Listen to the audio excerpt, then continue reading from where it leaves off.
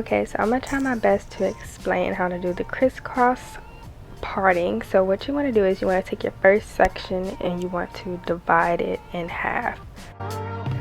After you do that, you're going to take your top section and section it out of the way, and then you're going to take your bottom section and divide it into 2 boxes. And I'm just going to take some shining gem to help slick down my roots to create the boxes.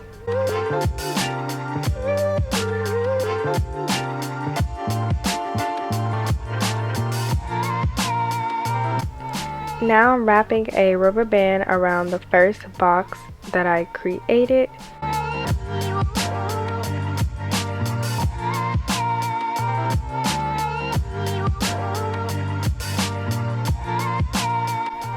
Now I'm taking the top section and basically I'm going to repeat the same thing I just did. I'm going to create 2 boxes and I'm going to add a rubber band to the first box.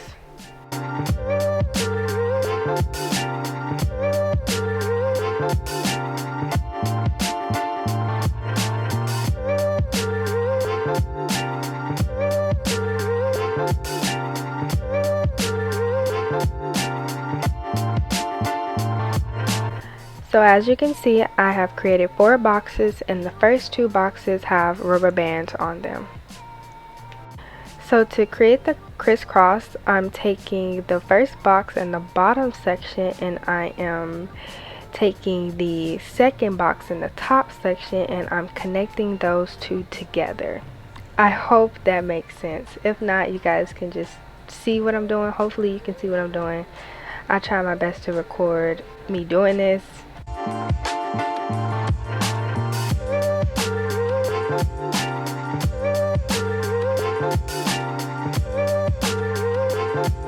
Now I'm taking the first box in the top section and I'm connecting it to the second box in the lower section.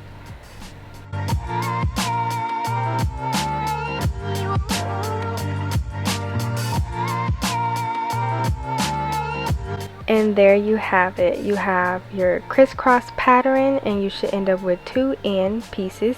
And I'm taking both of those end pieces and I'm connecting them together with another rubber band.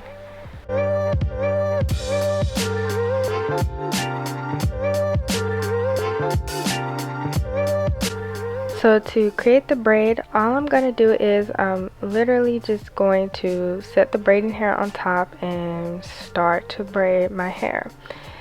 Some people, they like to do a knotless braid and then feed in hair, but me, I just did a regular box braid and it held it up just well. I also want to mention that I didn't have any issues of the braids sliding or, pulling down and having my hair exposed. So this method was really easy for me to do since I don't really know how to do feed-ins. I just thought this would be easier and this would be an easy way for you guys to do this hairstyle as well.